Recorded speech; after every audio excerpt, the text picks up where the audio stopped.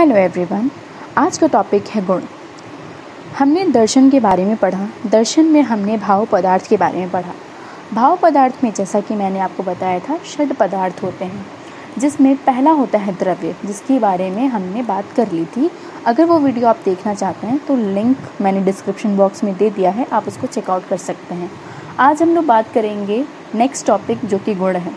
तो भाव पदार्थ में जो षड पदार्थ आते हैं वो होते हैं द्रव्य, गुण, कर्म, सामान्य, विशेष और समवाय।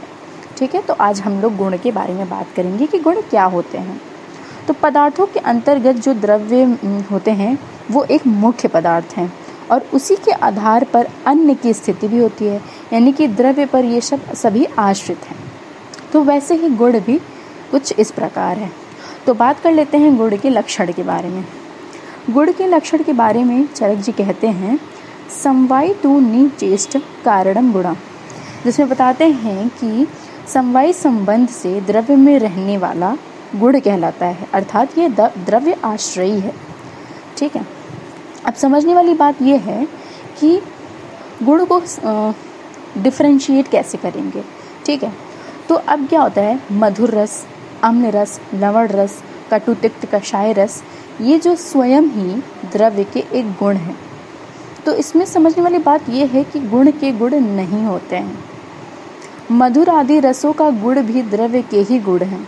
ठीक है, तो इसीलिए बोला गया है समवायी तु निचेष्ट कारणम गुणा, जिसमें बताया जा रहा है कि समवायी संबंध से द्रव्य में रहने वाला है, अर्थात द्रव्य आश्रयी है। द्रव्य एवं गुण का जो परस्पर आधार अधेय संबंध है उसे समवायी संबंध कहते हैं, यानी कि जो गुण है और द्रव्य इनका समवायी संबंध है, यानी कि नित्य संबंध है। अगर द्रव्य है तो उसमें गुण होंगे ही। ठीक है, बिना द्रव्य के गुण का कोई भी अस्तित्व नहीं है।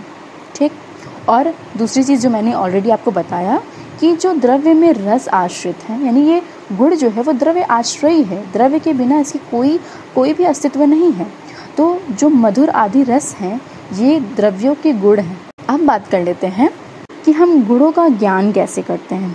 गुण ज्ञान के प्रकार के बारे में बात करते हैं। तो गुण ज्ञान के दो प्रकार होते हैं। ठीक है, एक होता है योगज प्रत्यक्ष और एक होता है प्रत्यक्ष।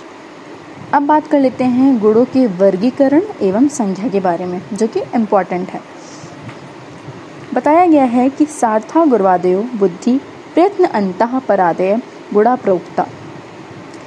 आचार्य चरक के अनुसार इसमें बताया गया है जो सार्था स अर्था, अर्था क्या होता है, अर्था में बताया गया है अर्था शब्द आदयो ज्ञेय गोचरा विषया गुणा, शब्द स्पर्श रूप रस गंध गुण गृहित है।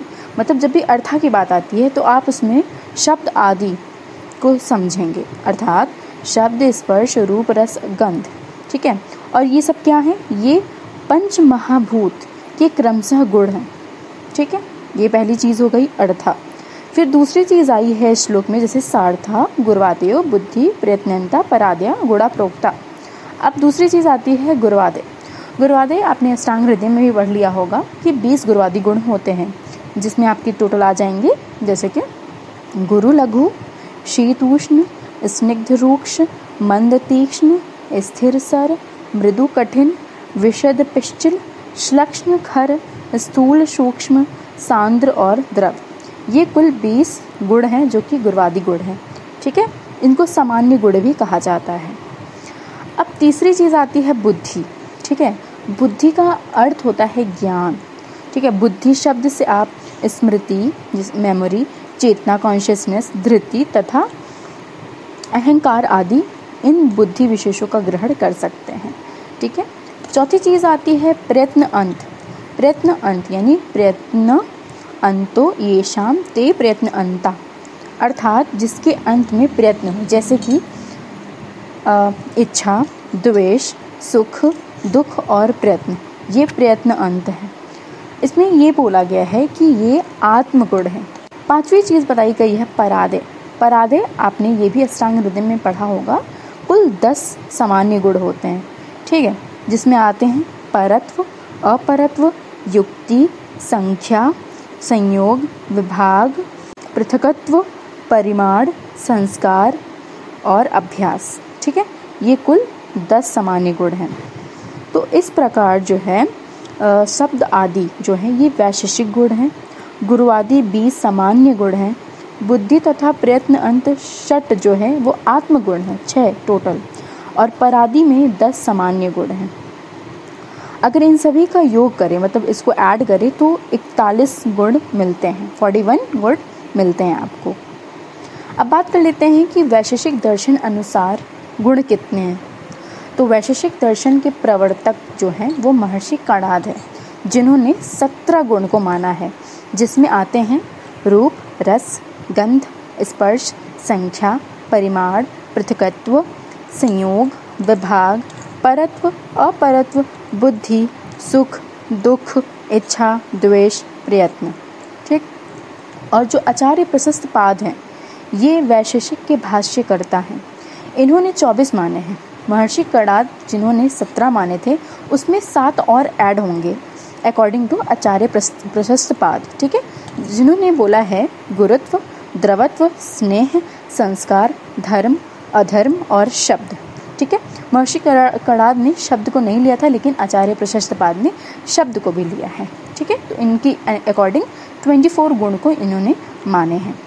हम एक एक गुण को अच्छे से समझ लेंगे कि इन गुण से आप क्या समझ सकते हैं। जैसे कि हमने पढ़ा वैशेषिक गुण शब्द आदि 5, सामान्य गुण गुरुवादी गुण जिसमें 20 थे, आत्मगुण में आपने 6 पढ़े जिसमें बुद्धि और प्रयत्न अंत, जिसमें प्रयत्न अंत में आपकी इच्छा, द्वेष, सुख, दुख, प्रयत्न आदि आते हैं। ठीक है, परादि गुण में 10 सामान्य गुण के बारे में पढ़े। टोटल हमने 41 गुण के बारे में पढ़ा। तो ये था गुण के बारे में। ठीक है, और कोई भी क्वेरी है related to video, related to पदार्थ विज्ञान, आप हमें कमेंट सेक्शन में लिख सकते हैं। और इससे पहले द्रव्य भी मैंने एक्सप्लेन कर दिया है, उसका लिंक मैंने डिस्क्रिप्शन बॉक्स में दे दिया है, आप चाहे तो उसको भी चेकआउट कर सकते हैं। Thank you for watching my video and take care.